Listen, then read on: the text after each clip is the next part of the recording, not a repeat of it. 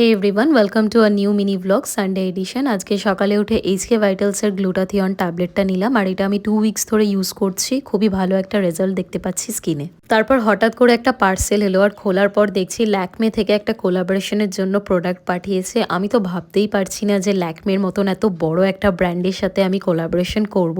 It's like a dream for me.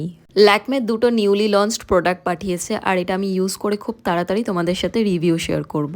তারপর দুপুরের দিকে মা একটু মাছ দিয়ে আমাকে ভাত খাইয়ে দিচ্ছিল। তারপর ফ্রিজে ছিল দুটো লস্যি, তাই ওটাই খেলাম। তারপর আবারও চলে এলো আর একটা পার্সেল, আর আজকে মা সন্ধ্যের দিকে একটু ফিশ ফ্রাই বানিয়েছিল। আর আমি সত্যি কথা বলছি, আমার খাওয়া লাইফের বেস্ট ফিশ ফ্রাই আমার মায়ের হাতের। দেন দীপিকা এসেছিল কাজ থেকে, আর তোমরা তো দেখতেই পাচ্ছ লুসির সাথে দীপিকার বন্ডিংটাই আলাদা। লুসি ওকে দেখলে খুবই খুশি হয়ে যায়, জানি না কেন।